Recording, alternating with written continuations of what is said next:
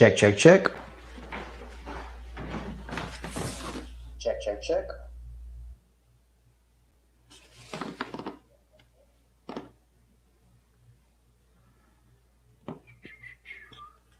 Little bit of a delay. That's my butt. Sorry. Check 1, 2. All right. Cool. We're good.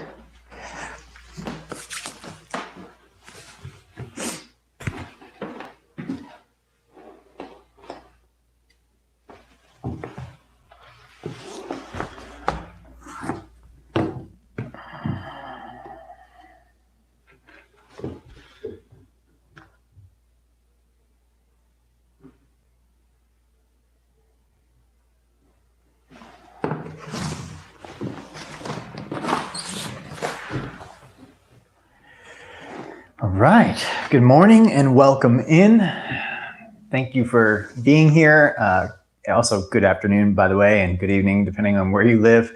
I know we're all in different time zones, so appreciate you stepping into the practice today. And I want to continue on our conversation about the different parts of the mind, as for me, it helps me to discern and understand myself, my behaviors, my thought patterns, my reactions.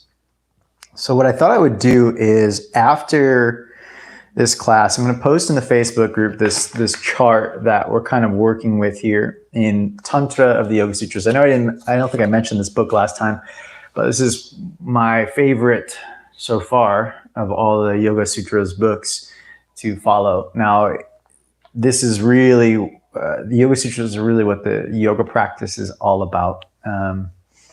Asana, what we do on the yoga mat, is one piece, and it talks about that in the Yoga Sutras. But there's infinite amounts more to the yoga practice than that. And essentially, yoga is about freedom. So on one level, we have the physical body and finding that freedom and finding how to activate our muscles and move our bones for better alignment, for better, ultimately to feel better in the physical form. But we also have that for the mind here, and that's what the Yoga Sutras are really trying to lay out, is that same sense of freedom and feeling of goodness inside on the mind layer. So the different qualities of the mind, as I started talking about last time, the one, we talked about chitta, which is, I think the best way to explain this, and this is a hard subject to really get the first round, and I think the chart will help, but if we continue talking about it over the course of the next few classes, I think it'll settle in each time, okay? So let me do my best here. We have two sides that the yogis say. We have Purusha and Prakriti. Purusha is essentially consciousness. It's the energy that is pulsing through all things all the time. That is the one thing, or the oneness that is all things. Okay, it contains all of life's energy. On the other side, we have Prakriti, which is this physical plane that we exist in, where our senses can perceive things. So everything we see is Prakriti, everything we can touch is Prakriti, everything we can smell is Prakriti, and taste. And on that Prakriti side, we have different parts of the mind, and one is called Smriti. Smriti is the, by the way, my pronunciation, I do my best, but I'm not a Sanskrit scholar by any chance. Smriti is our memory, and that includes something we call samskaras, the deep grooves or patterns of the mind that exist without us even knowing it. It's the filters, it's the lens. If we put on a pair of sunglasses and then we always wore those sunglasses, never took them off, we would see the world through that lens. It would be a different lens than if we put on blue sunglasses or blue light blockers or whatever it might be. We would see the world differently. The camera, if you put a lens on a camera and you change it, the camera sees the world differently. So our samskaras are, we don't even realize that we're looking through them more often than not. They're background patterns that are constantly disrupting our ability to see life as it is, okay? And that Those samskaras exist in the smriti part of our mind, the memory bank. Now, what allows us to start to see those samskaras is our yoga practices, okay? And what happens is we start to still the activity of the mind a little bit in order to go below the surface of the waves that are constant distractions, all the activity of the mind. We can go below that and start to see the inner workings of how these different patterns have been formed, the patterns or the samskaras, how our lens has been put up upon our eyes so that we see life in this way. And that's how two people can see life differently, is ultimately through these lenses. We can have complete arguments. We could have differences of opinions, all because we've got these lenses that we're looking through life. And we all think that those lenses are the truth. What we see is the truth. And that those experiences are true. And so smriti and samskaras, those all exist in the column of prakriti, the physical plane. Now, on the other side, we have that chitta that we were talking about last time, and that is coming from this Purusha side, the pure intelligence of the universe itself, which is so hard to grasp when having a discussion because, we're having a discussion in Prakriti. The discussion that we're having is in the physical world about something that the physical world doesn't understand. And I'll explain this a little bit more in depth. But in order to touch that chitta, which is in the Purusha column, which is where our non-dual awareness comes from, meaning instead of separating things like high and low and black and white and all the contrast of the universe, we can see things as they are in light of oneness. That said, in the topic that we're having a discussion right now in the world today, if you're watching this live, the conversation around Black Lives Matter usually triggers a lot of white folks because it feels to a white person that what that means is that white lives don't matter as much, or that feels like to a white person like my struggles aren't as important as yours. Whereas what it's actually asking us to look at, if you're white, it's asking us to look at how we have been raised to, unbeknownst to us, to have these samskaras, to have these lenses of life, that everyone is equal. We've seen that, and that's what we've been told, and that's what's been instilled in us.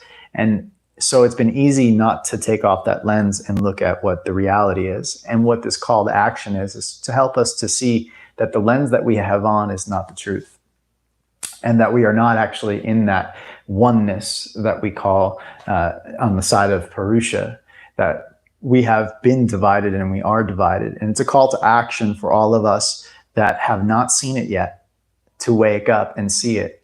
It's a call to action to take off the lens cap and to step in fully to the awareness that, yes, there has been separation. And it's systemic in the US, and it's personal, and each of us contribute to it. And that's what I'm trying to wake myself up to and see all the ways that I've contributed. Now, here's the thing about samskaras, and here's the thing about the inner work that I'm talking about right now, to see the parts of us to see that those lenses are on. It means admitting that we've been ignorant to that lens. It means admitting that we've taken actions against the intention of who we want to be. It means seeing that we've contributed to something that we never in the conscious state would want to contribute to. And that's because samskaras exist below that conscious state. They are, up here where you are, able to see things as they are through your lens. You're already beyond that lens. We're out in front. And so we don't even see that we're perceiving life differently. And this is where it becomes hard. It becomes hard to admit to the truth, and it becomes hard to move past it.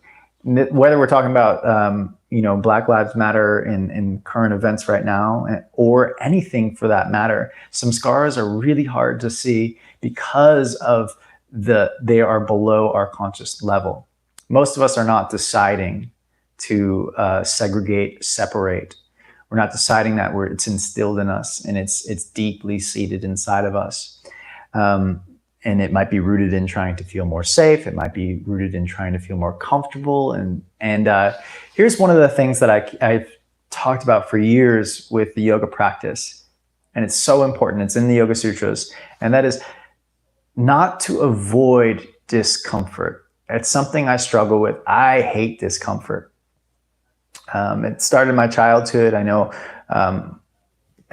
my family struggled because my brother had cancer growing up, sent my parents through a whirlwind of depression and challenges financially.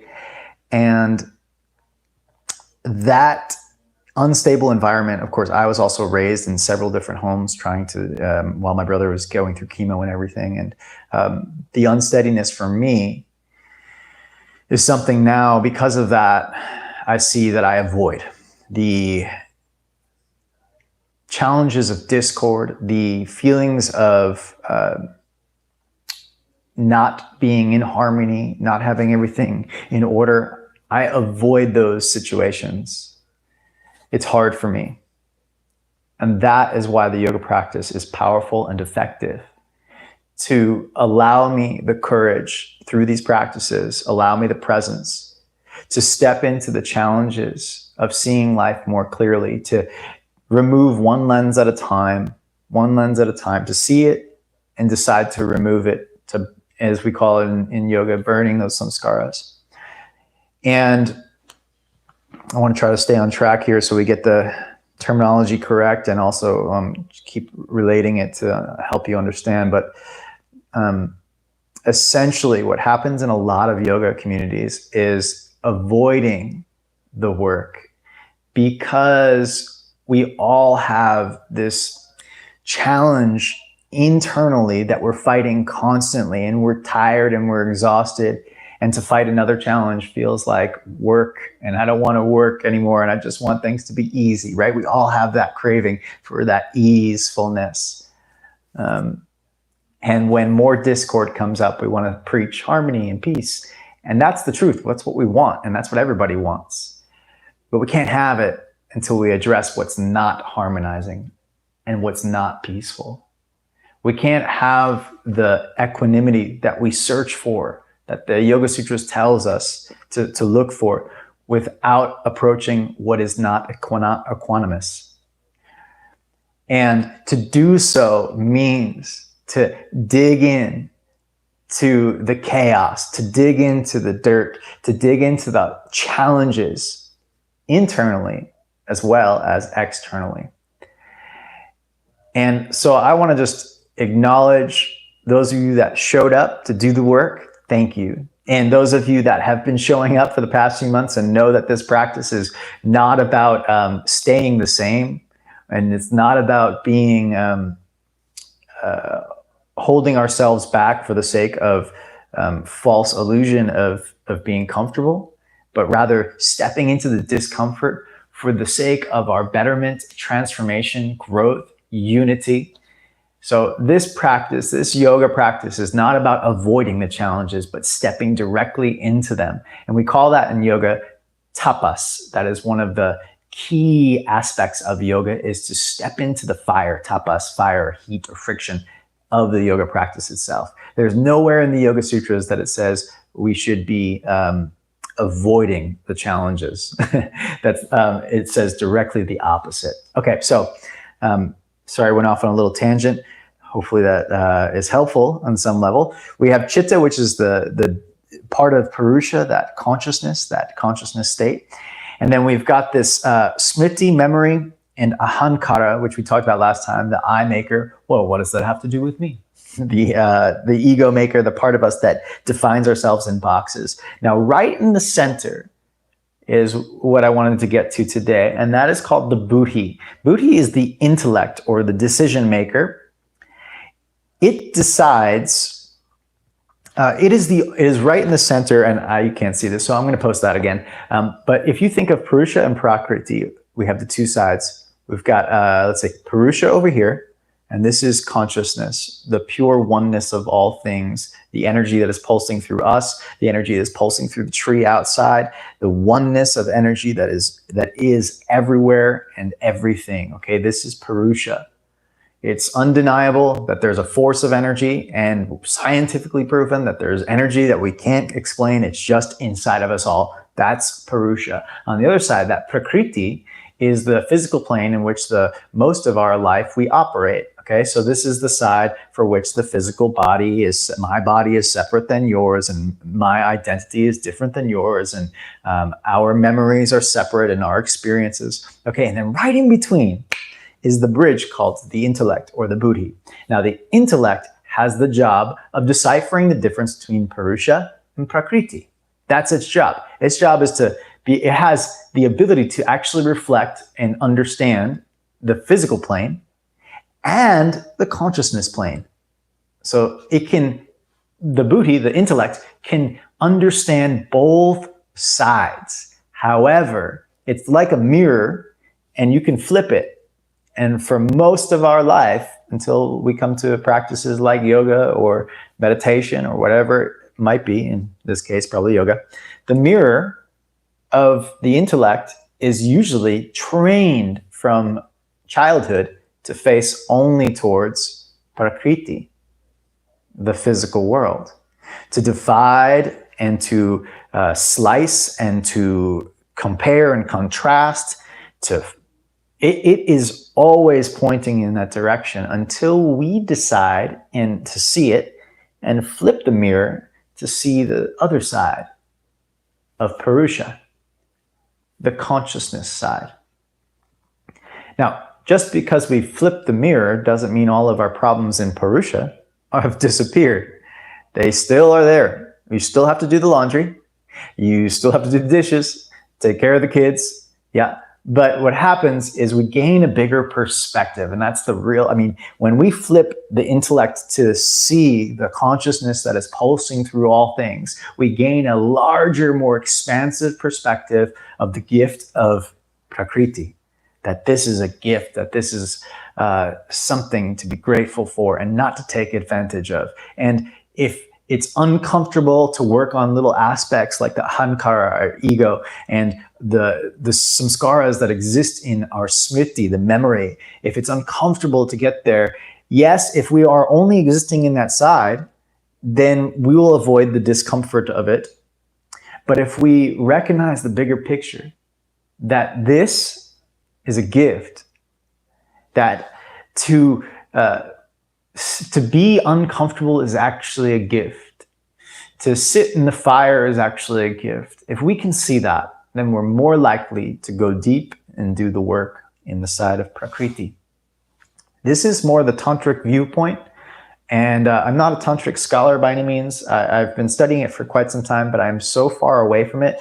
So my interpretations are based on my own reading and my teachers. But know that I'm just trying to give you hopefully a little bit of taste of understanding, because the difference here in traditional yoga, so not in Tantra, in the more, in other books, they would say we are trying to transcend and essentially go away from Prakriti. Prakriti is bad, the physical world is bad, and consciousness is good.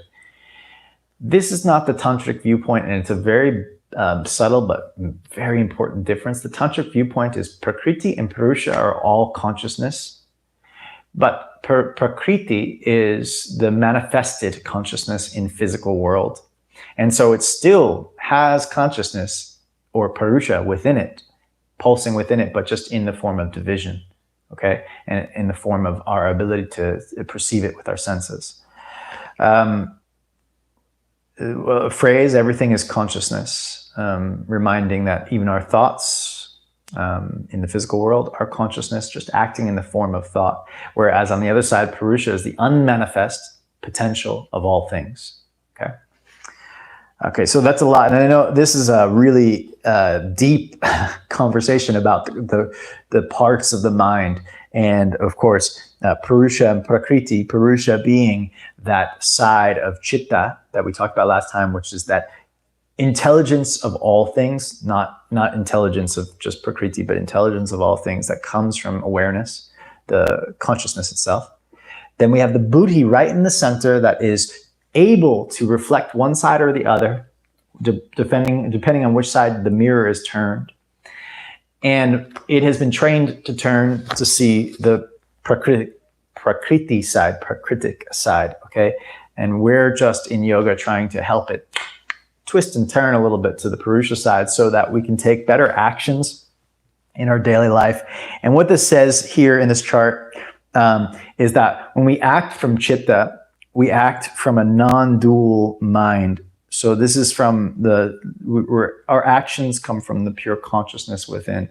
Whereas when we act out of Prakriti, these are reactive actions. They are based on our personal perceived impulses, based on our life's experiences, based on our samskaras, the lenses.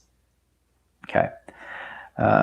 So this is a lot. I apologize that I'm bringing so much in, and I've avoided personally sharing this subject because it's hard to share one without the other. And that's why I think it's good that we're just going to use this and kind of go deeper each time. And I hope that each time it makes more sense to us, and I can help bridge this gap between the intellect trying to comprehend what I'm sharing and turning it inward towards the pure consciousness itself, Purusha. Okay, thank you for listening and taking the time to hear that out. Let's get into our physical body, onto the yoga mat. Again, those of you that are new to practicing with me, this is the book that we primarily work out of, and I will post it on, just seeing if you can see it. Yeah, I will post this on the Facebook group if you haven't seen it already. It's called Tantra of the Yoga Sutras by Alan Finger, great teacher of mine. All right. Moving on today, continuing on our side body opening. I've got a fun pose in store for us today. Do you have a strap? If you don't have a strap, please grab one, a belt or something. I actually just realized I never seem to have a strap around. So let me just get mine.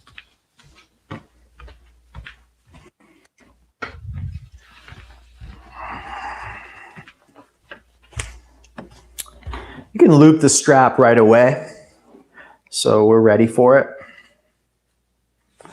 And the loop, I'm just going to guess here for most of us, it's going to be probably wider than shoulder width apart, at least 1.5 for the majority. Some of you won't need a strap, but most of you, just if you're human, are going to need a strap.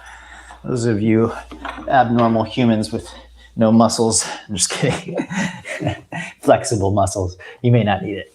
Okay. So let's jump on our yoga mat and watch. If you haven't practiced with me much before, I want to just show you this. You'll take your fingertips and your thumb is really kind of digging into the ground as your strong suit here. And you'll bend your elbows and see if you can move from your shoulder blade to lift the shoulder blade up. And that's going to draw the shoulder blade in towards the spine. We went over that a little bit last time. It's called retracting your scapula. And when you retract your scapula, and again, your shoulder blades and armpits lift, okay? Then you're going to try to melt your chest down below the arms while the armpits stay lifted. And I would highly encourage you after this class to kind of video yourself doing this and see if you are, in fact, lifting your armpits up or if they're dropping a lot lower. And you can watch a video of yourself and then watch this video again and see if you're lifting them as much as you can. You can use me as a reference. Okay.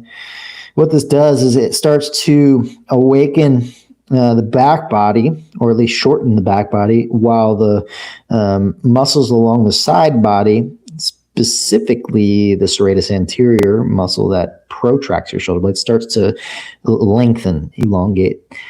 And your latissimus dorsi, these are just throwing out some technical terms for those that you want to know, but don't worry about it if you don't. Your lat muscles are lengthened as well, latissimus dorsi. Okay, so let's take a breath. and get longer in the sides of the body. So what you can do is tippy toe your fingers further out in front while trying to move your hips back. Now, when you do that, your armpits will tend to drop. See if you can keep them lifted. Let's take a full breath in and out. 2 more breaths in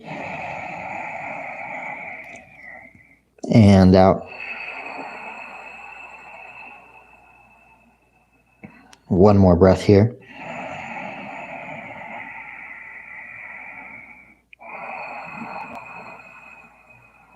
Walk your hands over to the left side of your yoga mat, off the mat for that matter, and stretch the right side, right arm.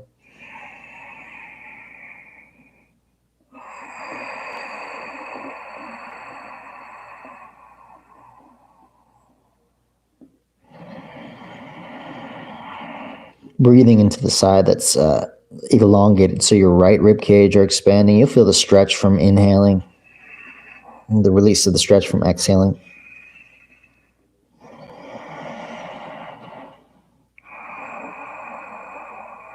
And then walk over to the right side, stretching the left side body long. And use your inhales to stretch the inner intercostal muscles. Those are the muscles between your ribs. And get long, just without dropping the left armpit. So the armpit stays lifted while still trying to get long. Breathing into the waistline, the rib cage.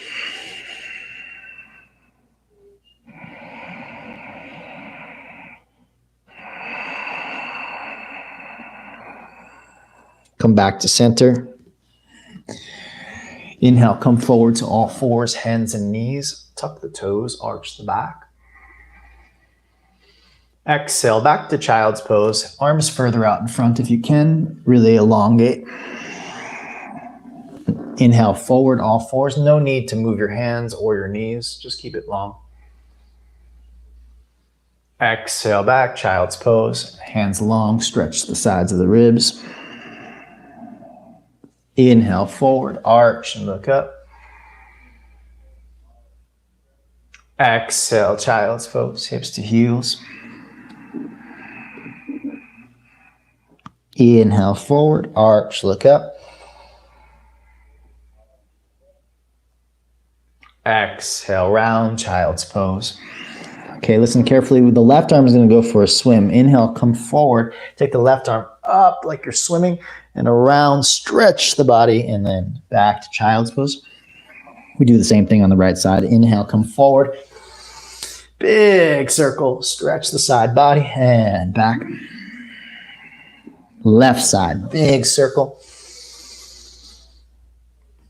And back. Right side, inhale, big circle. And back. Inhale, left side. Exhale, back. Inhale, right side. Exhale, back. Forward to all fours, hands and knees, tuck the toes. Lead with the tailbone up in the downward facing dog, keeping a low back bend. Hold here, take a full breath in. Exhale it out. Inhale forward to plank pose. Hold here as you exhale. Now grip your fingers into the ground, push the ground away so your shoulder blades broaden, and now squeeze your shins in toward each other. Okay, holding this, take a full breath into your back body and out. One more full breath in. Place the knees down, exhale, child's pose. Inhale forward, all fours arch, look up. Exhale, downward facing dog. Now lift your heels up, bend both knees. Try to arc your low back like a back bend. Stick your buttocks up like Beyonce would do. And then with your low back and a back bend, turn your heels and stretch the whole side body like so.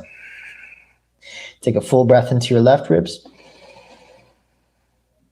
and out. Come back to center. Again, stick your buttocks up, form an arch in your back bend, and then turn your heels and stretch the right side of the body. Really push with your left arm long.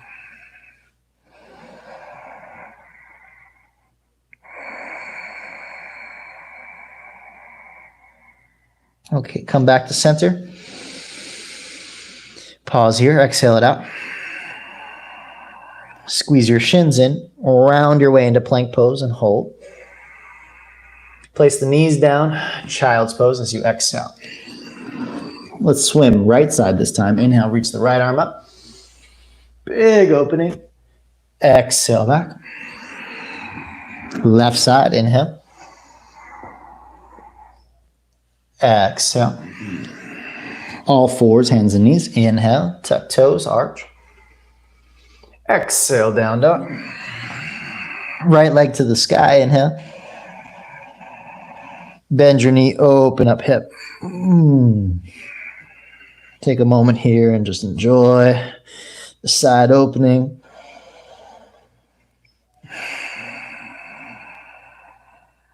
Straighten the leg, inhale, square the hip. Step right foot forward. Place the back knee down. Pause and take a breath. Lift the heart. Exhale, straighten both legs and bow. Again, back knee down. Inhale, lift the heart. Exhale, straighten both legs and bow to the degree that's accessible, so don't push it. Just warming up still. Inhale, bend both knees. Lift the heart. This time, down dog. Exhale.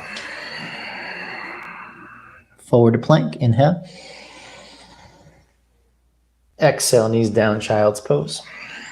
Let's go swimming on the right side. Inhale.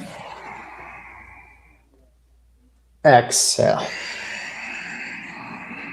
Left side, inhale. Big stroke. Exhale. All fours, inhale. This time lean forward and lower onto the earth. Let's just warm up the back muscles. Inhale, lift the heart. Exhale, release. Can you draw your shoulder blades together? Inhale, lift the heart. Lift the hands. Exhale. Inhale. Shoulder blades together. Hands lift. Exhale. 2 more. Inhale. Exhale. And last one. Exhale. All fours, inhale. Exhale, tuck toes, tailbone leads the way, down dog. Let's take left leg up to the sky, inhale. Bend the knee, open up the hip. Full breath into your left side body. And exhale it out. Straighten the leg on the inhale. Step left foot forward. Back knee comes down. We take a breath in, lift the heart. And as you exhale, switch it, straighten both legs and bow. Inhale, bend both knees, lift the heart. Exhale, straighten and bow. Inhale, bend both knees, lift heart. And exhale, down dog. Plank pose, inhale. Lower the knees down, chaturanga as you exhale. This time, take your hands back, fingertips on the ground, and shrug your shoulders towards your ears first, and then up away from the ground. So ears, and then up, so your shoulder blades come together. That's going to be trapezius muscles and rhomboids. Can you keep your shoulder blades toward each other, retracting them? And then see if you can keep your shoulder blades like up and back, and lift the hands up. Is that possible? Or when you lift your hands up, did your shoulders roll forward? Okay, can you lift your shoulders up and back and then lift the hands up? Now reach through your toes and lift the heart. Exhale, fingertips touch the ground. Forehead can touch. Inhale, lift the forehead. Lift the heart, lift the hands. Exhale. One more time, inhale. Exhale. Place the hands, all fours, inhale. Exhale, downward facing dog.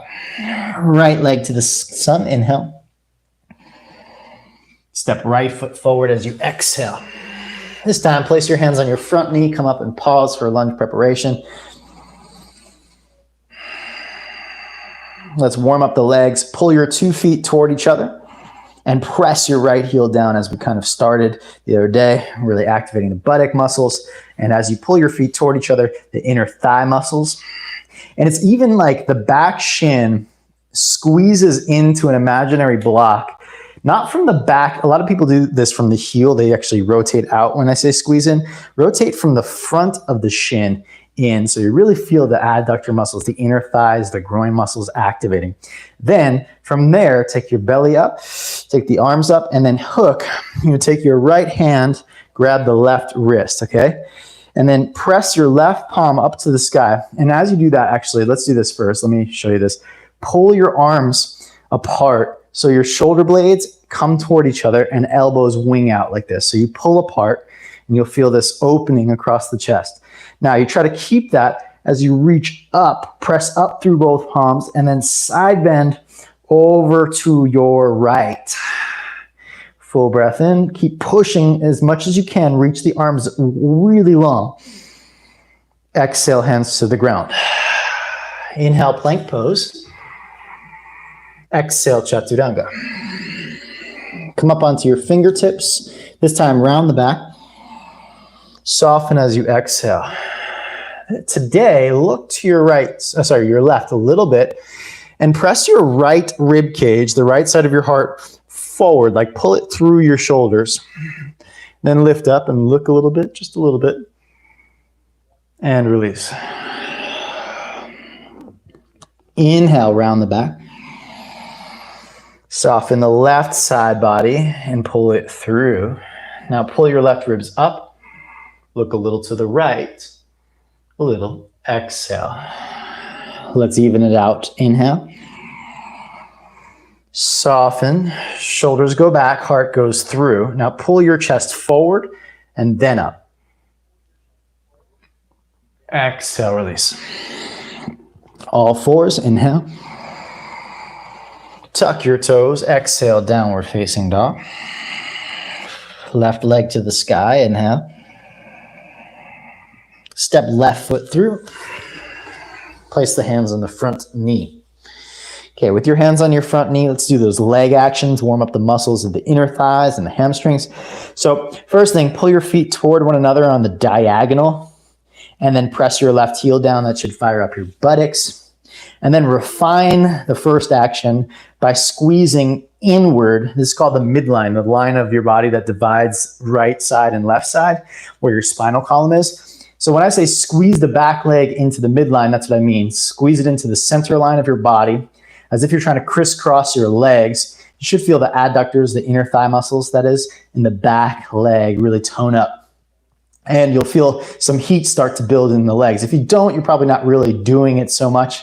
You might think you're doing it, but see if you can really activate until you feel some heat building. That little bit of intensity in the muscular system is your muscles starting to work hard. That's the work we were talking about in the physical world. We talked about it, how it takes some work and effort in the mind. Same thing for the physical body. Push down and rise up. Now, again, you take this time, your left palm grabs right wrist, okay? Start with bent elbows. Pull your arms apart until you feel your shoulder blades come together and your elbows wing out. Now you're gonna keep that, lift your heart up tall, and then press your left palm up into the right and reach your right palm up to the sky. So your arms are really reaching. Then you take a little side bend over to the left and really reach through your arms. So you're still pulling your arms a little bit apart, but really reaching. Take a full breath in. And exhale, come hands to the ground. Inhale, plank pose. Exhale, lower. Okay, now the sides of the body are a little bit more even. Come to fingertips. Inhale, round the back. Soften chest in front of shoulders. Turn a little bit to the left. Inhale, lift the heart. Exhale, soften all the way down. Let's do the other side. Inhale. Exhale, soften. Now pull your chest, your left ribs through as you look to the right. Pull your left ribs through and release. Now let's even it out. Inhale. Soften. Pull both sides of your chest through. Lift your ribs forward and up. Exhale and release. Roll to your right side, come to your right forearm and left fingertips, and then take your left foot like a kickstand for support.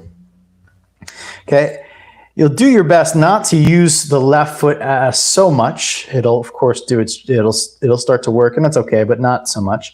See if you can really work the side obliques here. You see the right side body's long right now.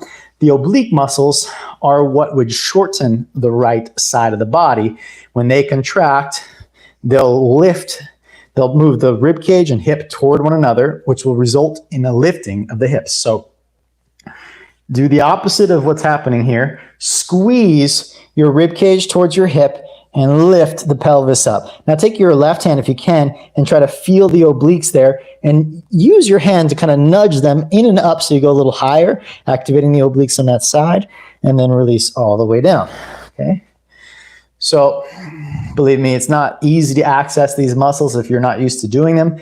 The oblique muscles, to strengthen them is very tough.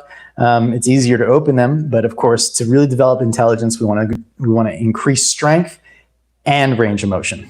Okay, now squeeze rib cage and hip toward one another, and then follow that by pressing the back foot down. And now use your other hand, if possible, if you have the balance, to lift up higher to really shorten those oblique muscles on that side. Okay, and then release. We only have one more, so hang in there. Squeeze rib cage and hip toward each other, and then use your hand to kind of nudge a little bit taller, lift up high, squeeze the oblique muscles, and release. Let's do the other side. You can just roll to your left side. I'm going to face you, so I'll flip the side of the mat, but you don't have to do that. So now the right foot is in front. We're really going to work now the left oblique muscles to activate them. The rib cage and hip bone, that's where they kind of two of the attachment points here. Move those 2 points closer together. So your hip and your ribs start to really cinch in, and you squeeze this part. Yes, you can see if you can lift your right foot. So it's really the obliques, of course, the outer hips as well. And release. Ready to do it again. It's like an old school Jane Fonda class. Squeeze in, whoop, pull in, get taller. Use your right hand to nudge the rib cage up. And then release. One more we got. Squeeze in. Activate the obliques in the side body. Get strong, lifted, taller. And release. Brilliant. All right. Now let's just let's strengthen the front body a little bit more as well. So take your forearms to the ground. The oblique muscles that we just talked about, they do run through the fronts through something called the linea alba. So it does help to awaken the center of our core as well. So start in an arched position, back bend. Draw the chin in, round the back by pulling the ribs in and pubic bone towards navel. Your pelvis can lift off the ground a little bit, and then slowly release that.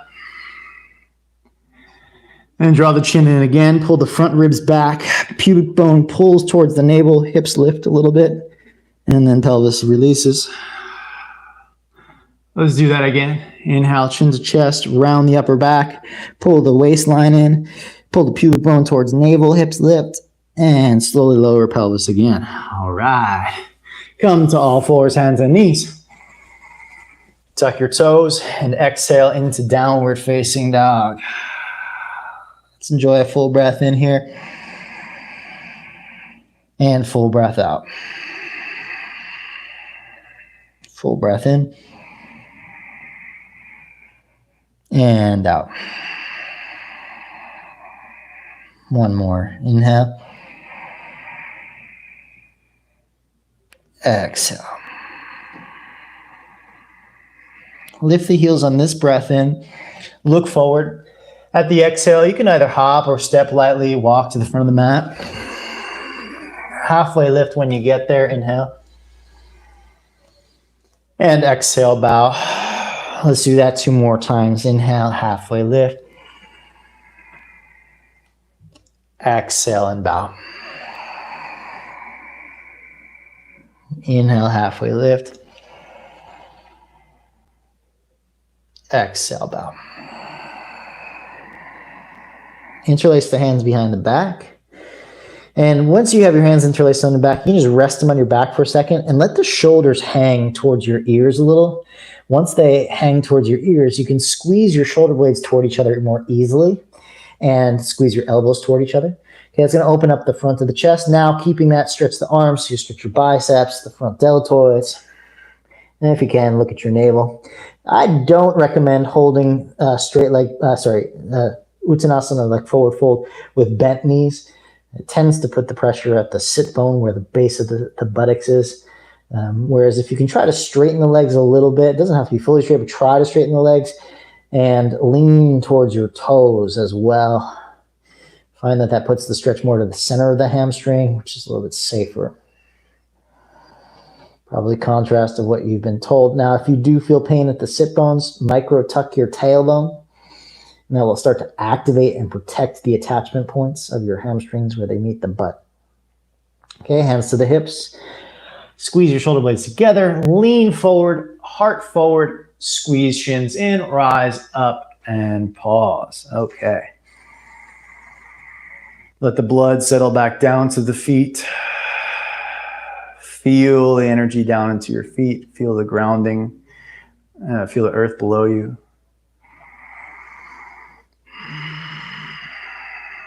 Once you reconnect to your feet, inhale, reach the arms up. Exhale to the earth, bow. Halfway lift, inhale. Left foot steps back as you exhale. Push down, rise up, high lunge. Take the right hand, grabs left wrist. Bend elbows as you exhale and pull your shoulder blades toward each other. Inhale, stretch left side body by going over to the right. And exhale, hands to the ground. Straighten the front leg. Inhale, look forward. Exhale, bow. Bend the front knee, inhale. Hands down, downward dog. Plank pose, inhale. Chaturanga as you exhale. Slide hands wide, fingertips, inhale round. Soften as you exhale. Pull the heart through, inhale, lift up. Exhale, release. All fours, inhale. Exhale, down dog. 3 breaths, inhale. Exhale it out. Inhale. Exhale. Inhale. Lift the heels, exhale the breath out. Hop, step, walk to the front of the mat. Halfway lift, inhale. Exhale and bow. To the sun, rise up, inhale, Urdhva Hastasana. Hands to the heart, Samasthiti. Inhale, rise. Exhale and bow. Inhale, half lift. Right foot back as you exhale. Gather strength in the legs. Rise all the way up. High lunge. Right hand grabs left wrist. Bend elbows as you exhale and pull your shoulder blades toward each other. Pull the arms apart. Inhale, reach up as tall as you can. Side bend over to the left. Exhale, hands to the ground. Fingertips. Inhale, straighten the front leg. Inhale, look forward. Exhale, bow. Bend the front knee. Downward facing dog. Plank pose, inhale. Chaturanga. Slide the fingertips wide, inhale. Round. Soften on the exhale. Lift and lengthen, inhale. Exhale. All fours or plank pose, inhale, but full breath. Exhale, down dog. Buttocks up to the sky. Inhale fully. Exhale. Inhale. Exhale. Inhale. Exhale, lift the heels, look forward, hop, walk, step. Half lift, inhale. Exhale and bow. To the sunrise, up, Urdhva Hastasana.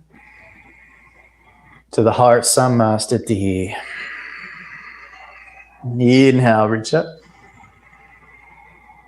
To the earth as you exhale, bow. Half lift to prepare, inhale. Your choice, step or hop back, Chaturanga. Slide hands wide, fingertips inhale, round. Soften on the exhalation. Rise on the in-breath. Exhale, release. Plank or all fours, but full breath in, slow. Exhale, down dog. Right leg up, inhale. Step forward. Push down, rise, high lunge. Open up, Virabhadrasana 2, Warrior 2. Today, take your right arm up and pat yourself on the back. Take your left hand and grab the elbow. First thing, shoulders go up and head goes back. Next thing is keep your shoulders up, but pull your arms apart, like try to pull your elbows away from each other, and you'll start to feel your shoulder blades kind of move together as a result. Head goes back. Take a full breath in. And exhale out. Inhale. Exhale. One more breath. As you exhale, release the hands, Warrior 2. Pause here and feel that. One of the things we can do in our physical practice is feel the intense situations, the sensations of the physical body. When it becomes hard in the physical body, the tendency is for us to run away, run out of the pose, or just ignore it. Think of something, distract ourselves, okay? We run away from the challenges. We run away from feeling it because we want to avoid that. That's part of the mind's quality, avoidance, devesha, in the sutras. So what we want to do is try to train ourselves to sit in it, to sit in the discomfort. We call that tapas. In order to turn the mirror of our intellect, buddhi, towards chitta, towards consciousness, towards purusha. Okay, it requires that we embrace the fullness of prakriti, the physical world, including the hard stuff. Flip the right palm, inhale, reverse warrior. Exhale, hands to the earth. Plank pose, inhale. Chaturanga. Slide hands, fingertips, inhale, round. Soften as you exhale. Shoulders back, heart forward and up, inhale. Exhale, release. Plank or all fours, inhale. Exhale, down dog. Left leg to the sky, inhale. Step forward. Push down, rise, inhale. Open up, Virabhadrasana 2.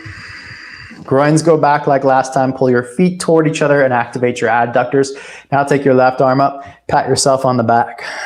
Okay, with your right arm, see if you can grab your left elbow. First thing, shoulders go up, head goes back a little bit, and then pull apart with your arms. And as you pull your arms apart, you can rotate the left tricep. I'll show you here. You can rotate it slightly towards your face. So first you pull your arms apart and then just a gentle rotation, okay, of tricep, which is the soft tissue of your back of your arm, towards your face. Press your head back a little bit.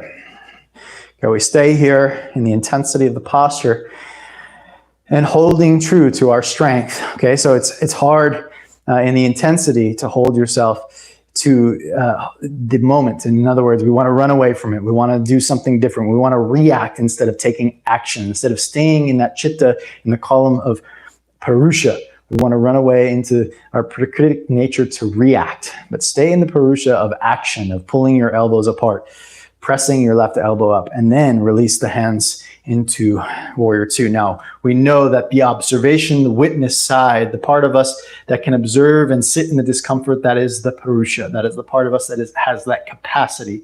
So we try to get the intellect, our intelligence, on board and say, you know what? Okay, cool. I'm here and it's intense and I can breathe. It's logical. I can still breathe and my muscles are still working. I turn myself inward into that Purusha state, which is the pulse of energy that is running through me at all times. May I tap into that chitta part of the mind, the universal intelligence of all there is. One more full breath in, stay with it. Flip the left palm, inhale, reverse warrior. Exhale, hands to the ground, well done. Plank pose, inhale. Chaturanga. Hands wide, fingertips, inhale, round. Soften as you exhale. Reach your toes back, lift the heart forward and up. Forward, pull it forward. Exhale, release. Plank or all fours. Exhale, downward facing dog. Let's enjoy 3 breaths. And by enjoy, can we feel the fullness of what it means to be human? We can feel sensations, that's prakriti. We can feel the breath that's moving through us, even in the form of, even breath is prakriti, it is matter, okay?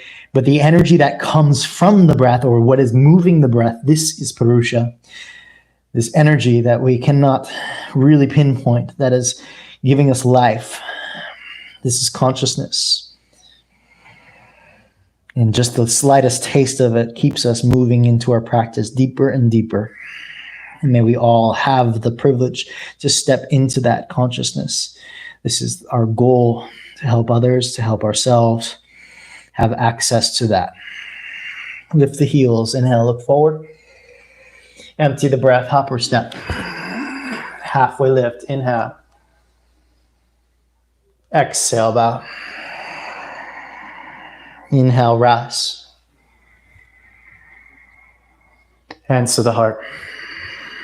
Bend your knees, place your hands on your thighs, feet fairly wide, and move your hips back. Push your heels outward isometrically and activate your outer hip muscles. Hold. Take a full breath in. And we'll do something a little bit strange today. Okay, so you're going to take your right arm down to the center between your legs, okay? So your right armpit kind of goes right into your right knee, and then you're going to squeeze the two into each other gently. Okay, from there, your left hand is going to come to your rib cage and help to turn it open and lay back over your right thigh. And take your left hand up to the sky. Press down through your right hand. You should feel a little bit of a stretch probably through the right arm there. Full breath in. and full breath out. Now, if you can, reach the left arm, and it's, tricky for some of us, over the ear. If that feels weird, just to keep it up over your head. That's totally cool.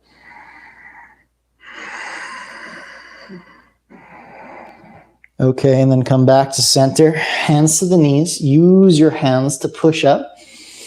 Then once you're up here, lift your heart up.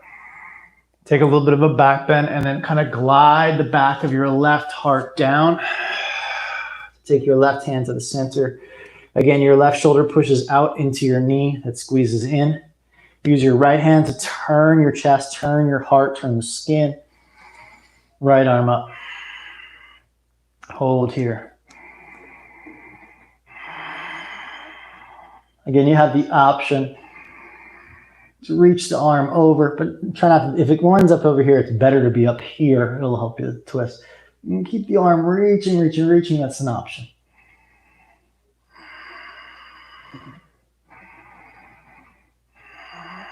Remember, the intensity, the uncomfortable is what makes us stronger. Muscle itself doesn't get stronger by staying the same. It has to break down first before it rebuilds. Okay, and release. Hands to the thighs. Inhale, lift the heart. And exhale, stand all the way up. All right. Bend the elbows, bend the knees, come into cactus shape. Now take your thumbs and hook them behind you. Pull the arms apart, and when you pull the arms apart with hooked thumbs, your shoulder blades should kind of glide toward each other. Again, it's called retraction. Keep your hips back, and now reach your hands up and back. Lift the heart. Exhale, bow forward. Halfway lift, inhale.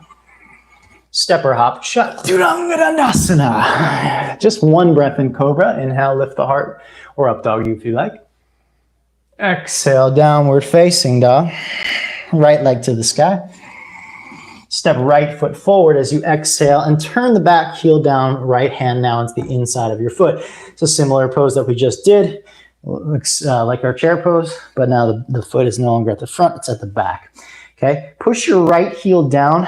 Try to keep your right hand on the ground if possible, okay? So keep it down, but lengthen the heart like a back bend and turn the chest. Pull your left shoulder back. Holding here or taking your left hand up to the sky. Or if you want, left hand could go behind the head. Head presses back. It's great. Hold 3 breaths.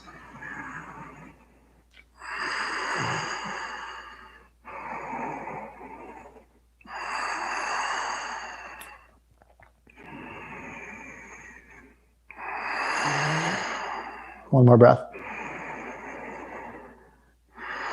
Okay, release left hand to the ground for a moment.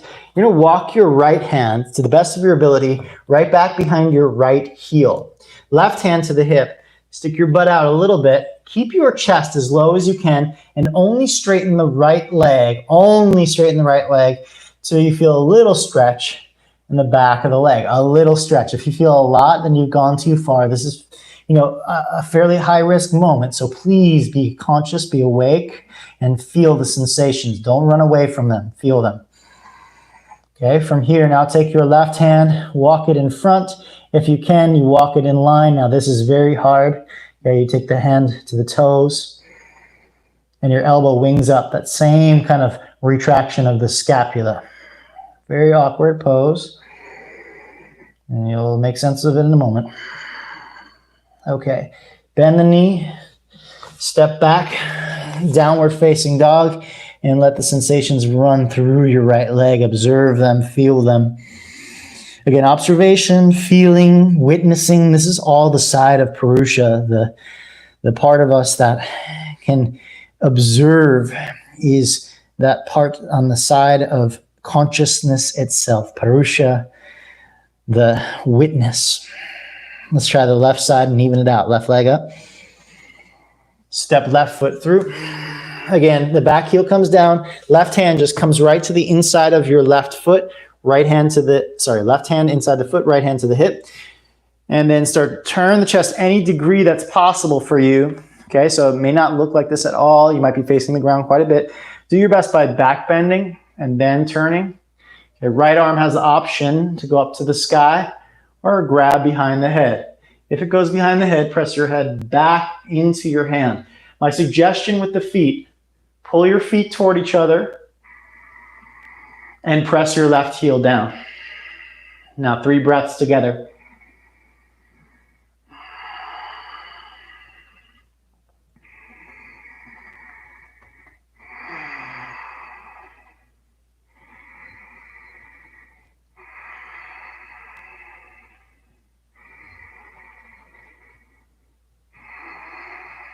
Okay, and release the hands. Now your left hand comes back behind the heel like so, like a lobster claw. And again, your right hand is here for stability and safety and making sure you don't lose your balance, okay? Any degree, which may be like really bent, any degree that you can, you start to move towards straight, being very mindful as you go. You may not feel anything at first, and then suddenly it's very deep. So go very slow, listen to the sensations of your body so you don't overdo it. It is not worth overdoing, okay? Just to the degree that you can, and you'll see my knee is not even straight, okay? Then you can walk your right hand, if possible, towards your toes and kind of open up your right shoulder. This is very advanced, so just do the best you can, with what you have. Don't try to overdo anything. It's not worth it. What is worth it is to feel the sensations of your body as you are, is to pay attention to the movement of your breath, to be where you are, not only accept it, but embrace it as a part of being a part of Prakriti, that you don't have to be anything other than what you are right now to appreciate it. Okay, coming on out of that, slowly come to downward facing dog so you can feel what you've created there.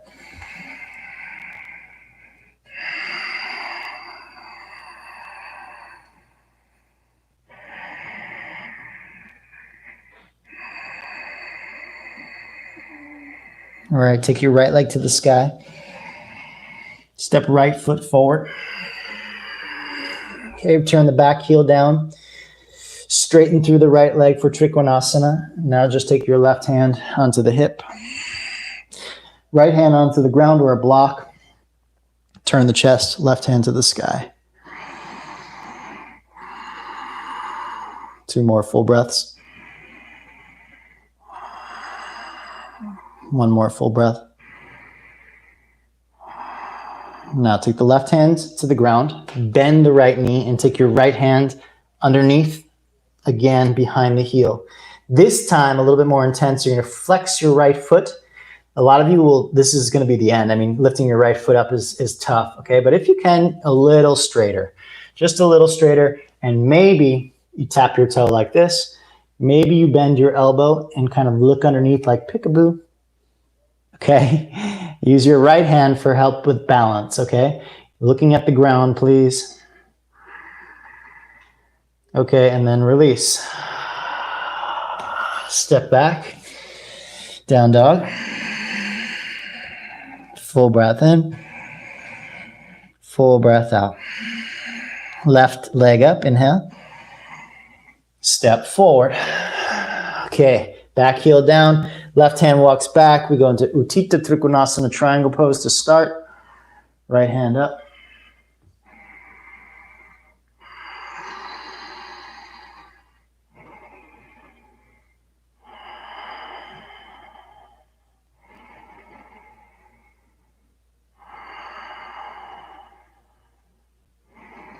All right, hands to the ground. Bend the left knee again.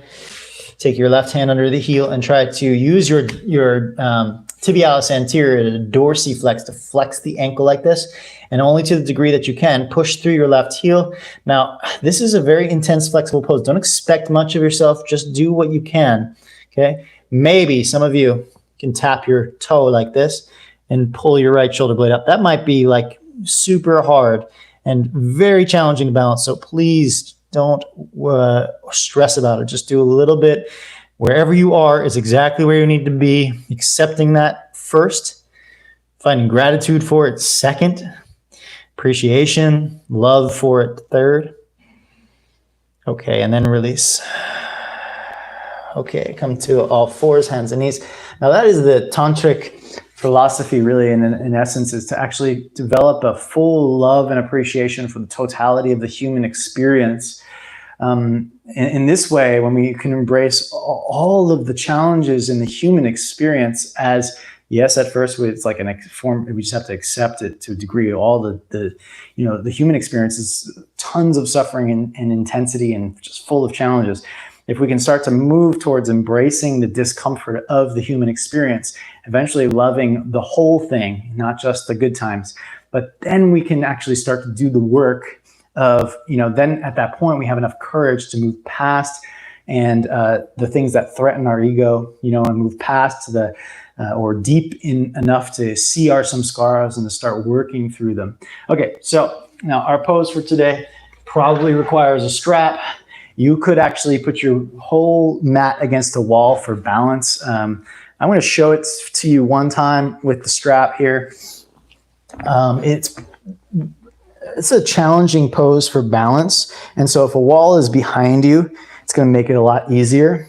You put the strap, around your foot like this, and you start right here, okay? This might be the end for today, okay? Some of you will grab the strap with the opposite hand. So here's how you can tell. If you can lay down and place your head in your hand like this, great. Next step, and this is why it's hard to balance, is you grab the strap like so, woo, and this right foot helps, okay, and then you pull with the hand so that you can hold here. Eventually, you can try to find balance. Again, that's why a wall behind you is going to be key. You'll probably fall all over the place. If you can get your hand in the loop, again, this right arm is trying to pull back behind you like so. Now, this is like hard as it is. It's called Vishnu's couch, by the way. Some of you, and I want to just honor everybody and where you are in your practice so that you all feel appropriately challenged, okay? So this way everyone has the hard stuff for them. Okay, what you could do is start a little bit on your back, like you're going to go into some sort of happy baby. This is lizard pose, basically, by the way. And then you turn your leg in, this leg, watch the heel goes out as this knee comes towards my face. And here we are in Vishnu's couch. You can use a little Gyan Mudra if you like. A very challenging pose. And the outer hip of this leg is what keeps my balance. Now, you'll probably fall on your back several times. That's why if you have a wall behind you, you're going to fall into the wall. It's a lot easier. Okay, so let's just give it a shot. Grab your strap and throw it around your left foot. Loop it. And at first, it's just going to be absolutely ridiculous. Know that the the final pose, when you can actually grab the foot flexibility-wise, is hardest. But then balance-wise, it's easier. The full pose is easier once you have the flexibility. This tends to be harder. So the foot and hand have to resist each other to find balance, okay? Okay. Now, if you can, you grab the strap, grab the loop, and you can hold with a bent knee like this. Both knees bent gives you more balance. Okay. Option to turn the leg in and stretch it up, and then reach the right leg out. So here's your Vishnu's couch. Like you can just fall asleep, right? Oh, I'm falling back. Yeah. And there we go. There's the falling I talked about. All right, let's try the other side. Okay, I'm going to show again without the strap for those of you there. With the strap, you kind of get it. It's all the same. Essentially, the strap just lengthens the distance between your foot and your arm. So you kind of lay on your side like Lord Vishnu, and you bring your foot in. Okay, that's the hard part. You come into this lizardy kind of shape. And then this arm does exactly what we've been doing. It pulls, the elbow bends and pulls like as if, you kind of pulled apart. Same thing. So your shoulder blade pulls towards the spine. And then this leg will tend to just try to straighten. If you turn it inward, so the thigh turns towards your face, you'll have greater access to stretching the leg strong. You see how the big toe leads the way. All right, well, I just want to give you that. So if you're still working on it, just give you some more understanding here. When we're here and we pull the arms apart, and the shoulder blades come like this. This is the action, okay? This is the same thing as just holding a foot instead of your other arm. Same actions in the arms. The shoulder blades come together, and you actually resist. If you try to like let the foot win, you actually it'll hurt the shoulder, but you also get less range of motion in the leg. So you actually don't let the foot win. You kick the foot into the resistance of your arm, and that's what's going to increase the range of motion at the hip and the shoulder. Okay, so I get into this position here. The arm wins the best it can. So, and you can bend both knees like I just did right there. And then here, okay, this is step like 2. Step 1. This could be step 2. Turn the leg in. Step 3, perhaps 4, you straighten the leg again. Vishnu's couch. All right. It's not an easy pose, but it's a cute one. It's a fun one. If it's a fun. I'm sure sitting at home you probably fell on your back a few times, unless you used the wall as I suggested. In which case you fell into the wall a few times. So humbling, but it's very, very much these are the same postures. I'm not sure if you can kind of see it. Very similar posture to the one we did the other day, just on a different relationship to gravity. Okay, just flipped on the side. All right, let's wind on down. Actually, heads to the front of the mat. Let's regain some integrity in the hamstrings. So come into bridge pose here. Press your heels down, lift your buttocks up, press your shoulders down. Hold here and let the hamstrings regain some strength, some heat. They opened a lot today that we want to make sure that we don't just stretch in these postures, but we're also strengthening. This way we develop health in the muscle. Okay, and release down.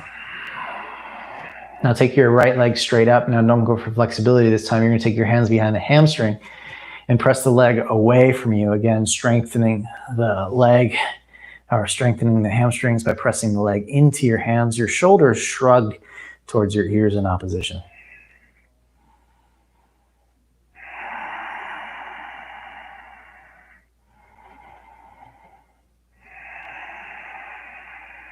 Okay, and release. Switch sides. Push into your hands, straighten the leg up.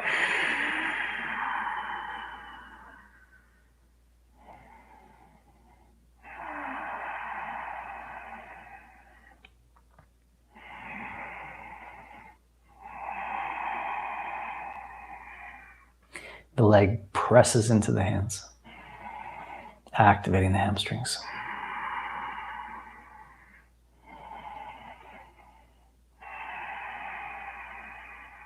All right, now let's do a happy baby pose.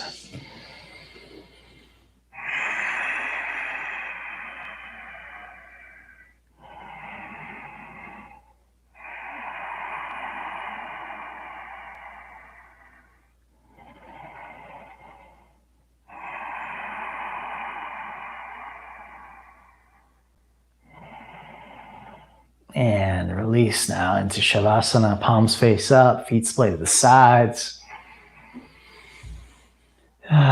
Take a moment to really breathe in fully, take in the air into your lungs. Exhale it out. And feel the sensations of this physical body that we are currently living in. How magnificent it is to have the energy inside this physical form.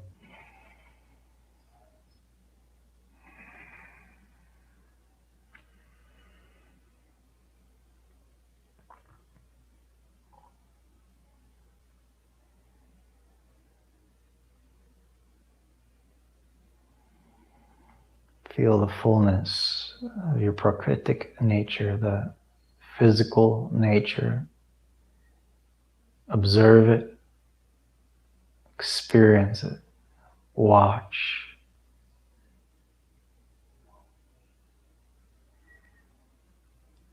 The witness is Purusha, the part of you that can watch,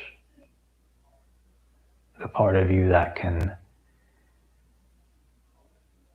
notice your sensations that the body is experiencing. This is Purusha, reflecting upon Prakriti through the intellect of Buddhi.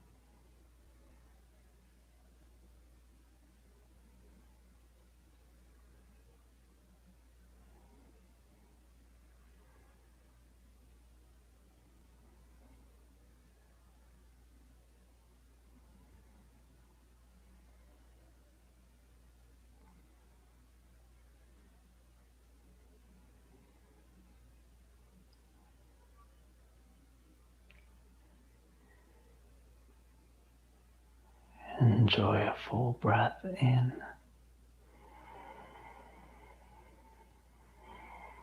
and out.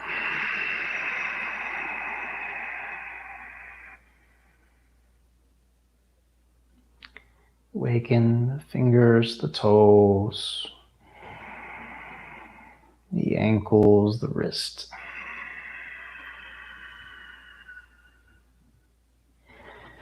Stretch the arms.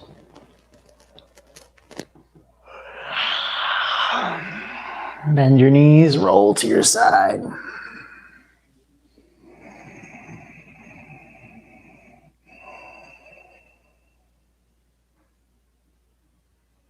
Come up to a seated position.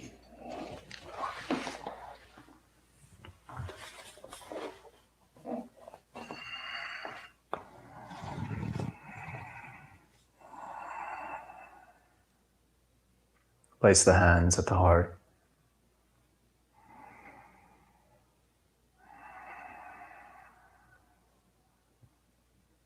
Chitta is on the side of Purusha, which is the witness, unbound, infinite source of intelligence or consciousness that pulses through all things.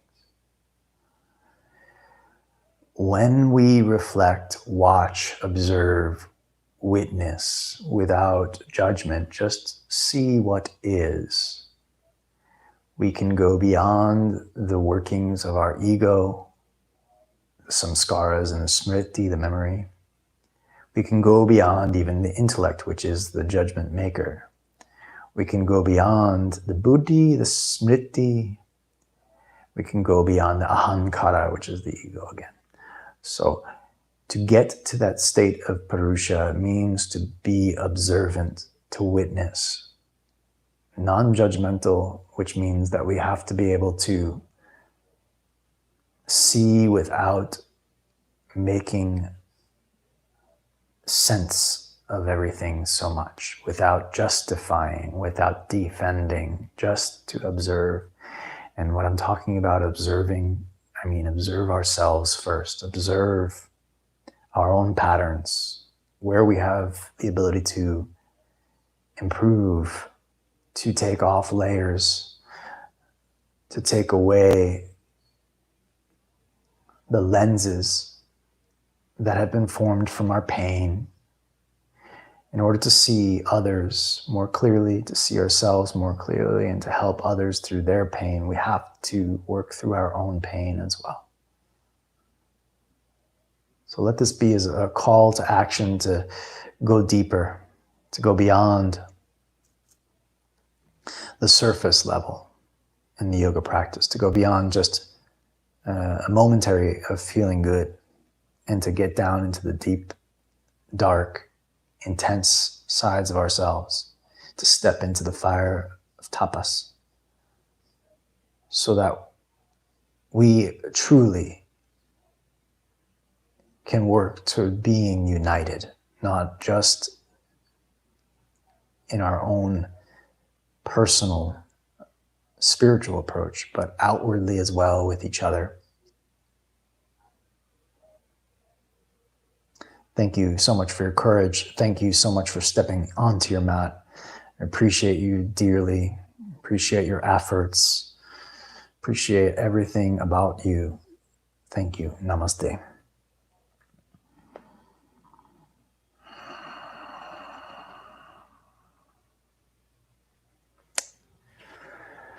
Thank you all for being here. It's just a pleasure. It's an honor for me to share this gift of the practice of yoga with you, and I hope that it serves you well. A couple of quick announcements. With my efforts to support the Black Lives Matter movement, I have paused a little bit a campaign that I started for cancer fundraising. And I would still like, cancer is still an issue. It still affects everybody, and it's something that we need better research for, so that we can come up with better, what's the word I'm looking for? Treatment is the word. We need better treatment, and especially for children. Research for children is not as well funded because there's less money to be made from children, unfortunately. So what we have done is create a campaign for cancer fundraising, and that is to really try to raise money for research for children with cancer. And my brother was a child of cancer, and so for me and my family, it's an important subject, and it's important for everyone, I think, at the world at large. It's something that we all face, and I hope that if I just did the calculation, each of us did donated $7 from this crew here, we would raise over $1,000, and that would really create a bigger impact. My goal is to raise 30,000 in the next 8 weeks, which is a high order, but 1,000 today would be magnificent. So if you would be willing to donate $7, that would be awesome. I'll put the link in our Facebook group. And if you don't have any money to share, I totally get it. If this is not the fight that you want to support, I get that as well. Please, there's no guilt or shame if you can't donate. So it's just, if you can, you feel called to it, awesome. And then, if you want to help but don't have money to help, another way of doing that is just to support by sharing the link that I will share with you. And maybe somebody else that you know will be able to support the cause as well. So that's another great way of doing it. So thank you all. Other quick announcements: if you're interested in the 300-hour training that starts in July, just send me a personal message. It's on my website. If you click the 300-hour tab, 300-hour online. Also, the 200-hour training is ongoing right now. So if you want to join the 200-hour training, you want to get certified, that's also cool. That's it for now. Thank you all so very much. I appreciate you, and I hope that I'm serving you well. Take care.